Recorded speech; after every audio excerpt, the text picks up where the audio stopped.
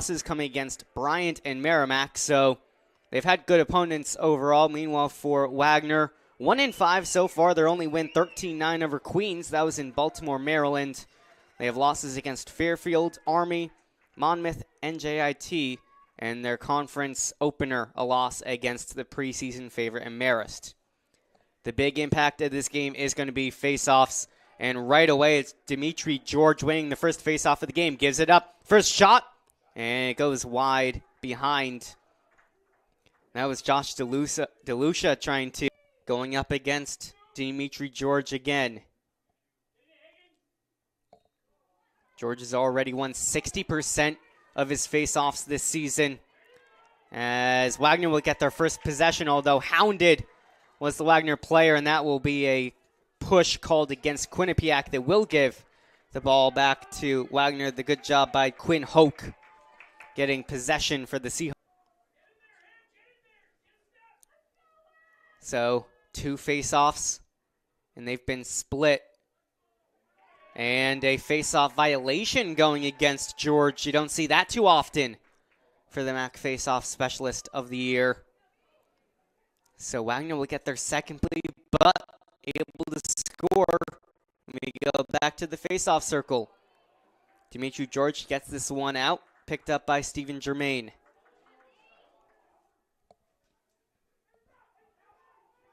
So neither goalkeeper has made a save early on in this one. Danny Brady is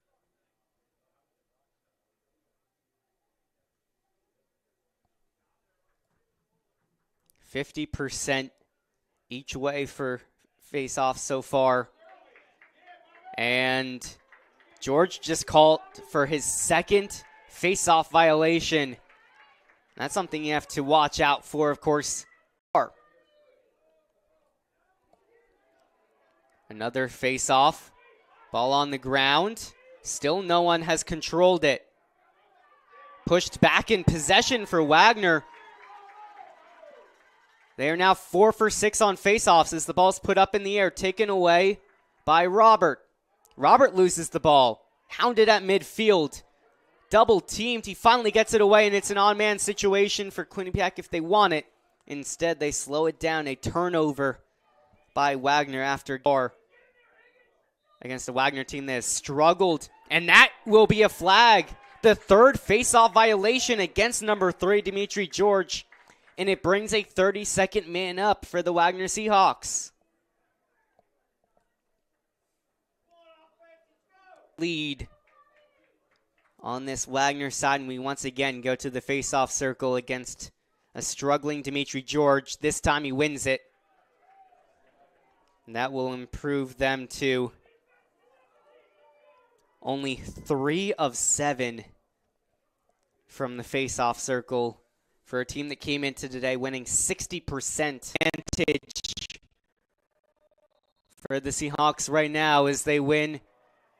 The ball's still on the ground, knocked away, a hold called against Wagner, so it will be a possession for the Bobcats. I thought originally that Blewett might have had the ball. He did not. Minutes.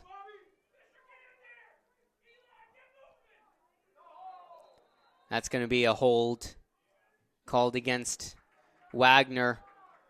Easy call there for the referee as Blewett kind of got a piece of George's season. His other goal scored against Brown. George wins another face-off, looking for the FO goal. Gets it!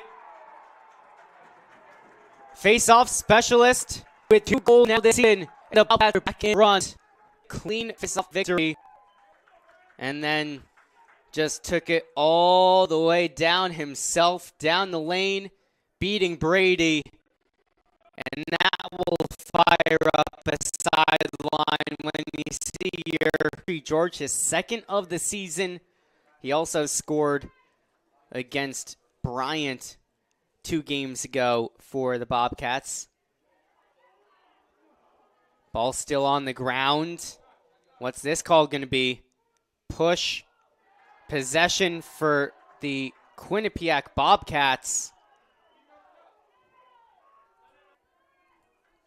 Or sorry, that's the number 18 of Giovanni Armacida that will serve the 1 minute. Another face-off win for Quinnipiac, and now they can operate with their man up for this 1 minute, leading by.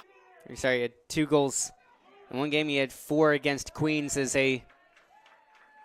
another man up opportunity coming for the Seahawks. Rueter pushes that ball away, and it's pushed back across where Schwender picks it up. One of the other teams that moved from the NEC to the MAC, but the one that did it permanently in Mount St. Mary's as the opening face-off of the half is won by Demitri George as he goes backwards to his teammates and Wagner.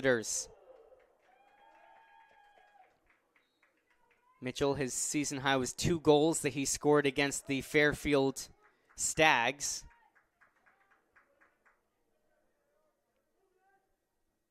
Came after the shot was taken, but I guess the referees decided that the contact was at the same time as the shot, so wave that one off, and we now go to the face-off circle where Tommy Scarpello is taking this.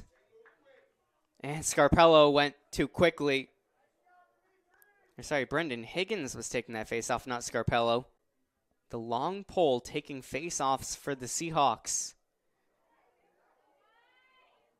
George has the inside route. Ball's still on the ground, and it is picked up by the long pole, Brendan Higgins, who gets the face-off win against the MAC face-off specialist of the last 2 years. Sometimes you just have to change up the convention to win against someone in net for the Seahawks.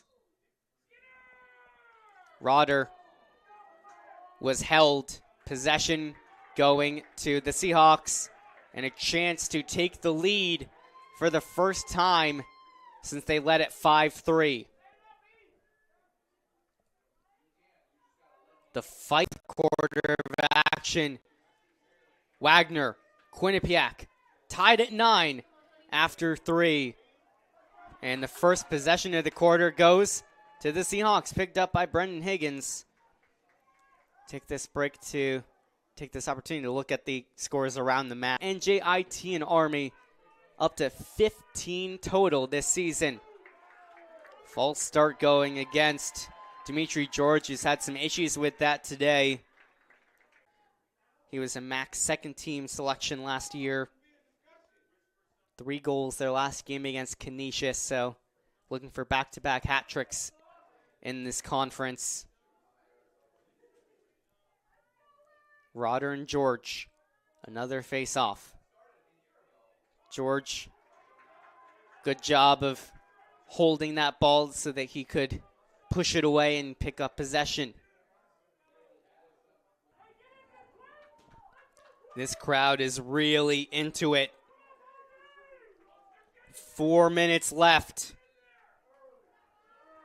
George wins the face-off, gives it up. The shot way too high from DeLucia.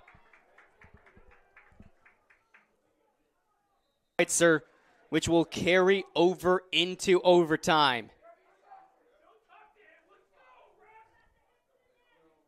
2.7 seconds. Watch out for Demitri George. He can win the face-off himself and take it and score. We've already seen that today.